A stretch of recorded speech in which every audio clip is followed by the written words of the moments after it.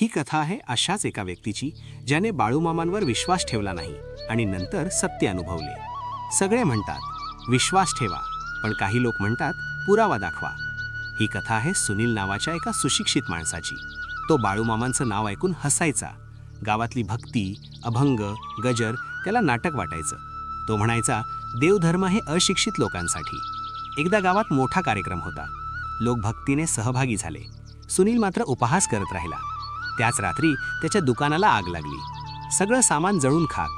लोक म्हणाले देवाची लीला. सुनील चिडला. योगायोग आहे. पण संकट थांबलं नाही. घरात आजारपण, नोकरीत अडचणी, मानसिक शांतता नाहीशी झाली. एक दिवस तो एकटाच बसला आणि पहिल्यांदाच मनातून प्रश्न विचारला, जर ते खोटं नसेल तर? त्या रात्री स्वप्नात एक शांत पण गंभीर आवाज आला, विश्वास नसेल तर चालेल, पण अपमान करू नकोस. सुनील घाबरून उठला. पहिल्यांदाच त्याच्या डोळ्यात अश्रू आले.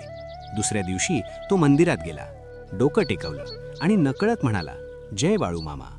हळूहळू परिस्थिती बदलू लागली. आग नाही, आजार नाही, मन शांत. आज सुनील म्हणतो, मी विश्वास ठेवला नाही म्हणून नाही, मी अपमान केला म्हणून चुकलो. म्हणून लक्षात ठेवा, विश्वास नसेल तरी चालेल, पण श्रद्धेचा अपमान करू नका. जय बाळूमामा.